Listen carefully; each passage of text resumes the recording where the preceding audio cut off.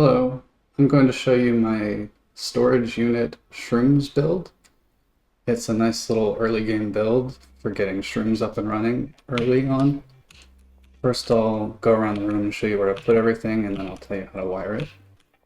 So you got the spawn station here at the front, tucked away in that corner. 3 lockers right up against the wall next to that. Then a couple of mixing stations. You can just use the basic stations because there won't be enough output to make the mixing stations a bottleneck. And then on this back wall we have 2 drying racks and a packaging station. And if we go back to the front, make sure there's a 2 wide gap here so they can walk through. Everyone can walk through just fine. And then put 1, 2, 3, 4, 5 large storage racks, and then you can put your mushroom grow stations right up against the storage rack and the wall there. This build can only do 4. You could do 5, but it would kind of just get bottlenecked by the drawing racks anyway. And you have all 4 of them around an air conditioner. And I guess that's it for the build, so I'll show you how to wire it next. Let's see, so the botanist only uses 7 of the 8 stations. He's assigned to the drying racks, the grow stations, and then the spawn station here. The chemist is only assigned to 2 of his 4 possible stations. And then the handler moves... Oh, let's go through these shelves first before we talk about the handler. So the first shelf here is going to be for the mushroom stuff. 2 of them for the mushroom substrate, 2 for fertilizer, if you plan to use that, which I do recommend, otherwise the drying racks will be a huge bottleneck. 2 of them for shroom spawn, that's the product of the spawn station.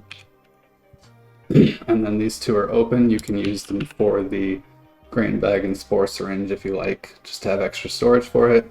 This build you do have to load the grain bag and spore syringe yourself into this station. The botanist will of course do the work, but you just have to put them in there.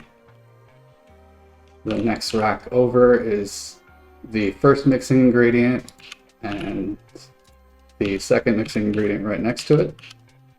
And then we have bags and jars, and then this is the output.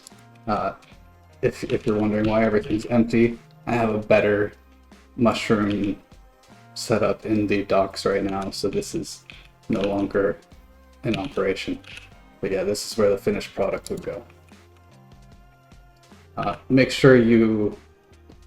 I guess it only matters for these 2, for the mixing ingredients, but make sure you set up filters for those, because the handler can take in the 2 mixing ingredients from the loading dock here. And the handler also loads the 2 mixing stations and loads the bags into his packaging station.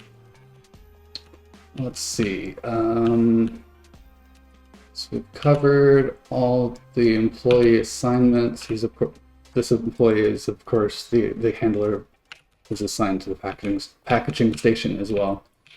Didn't mention that. But next we'll go through where everything goes, like where everything's moved. So the mushroom spawn station outputs back into the same shelf where all the other mushroom stuff is. Then the botanist is able to take those from the shelf and load it into here.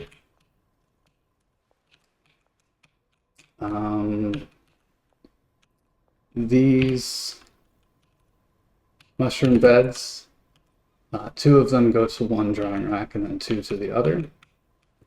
And then both drying racks, of course, set them to heavenly quality, and they both output to the first mixing station.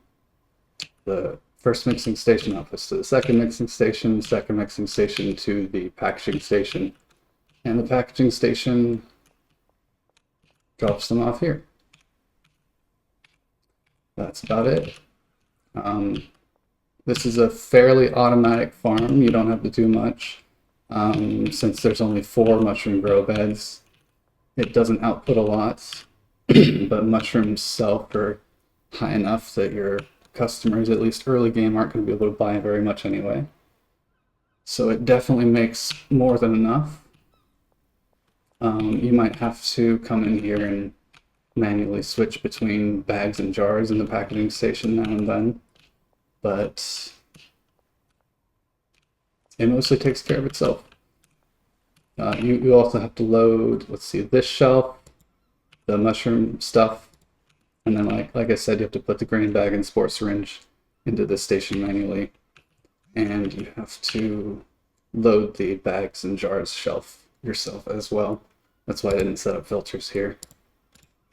But the handler is able to bring in the mixing ingredients, which is really nice. That's the part that has to be filled the most, really.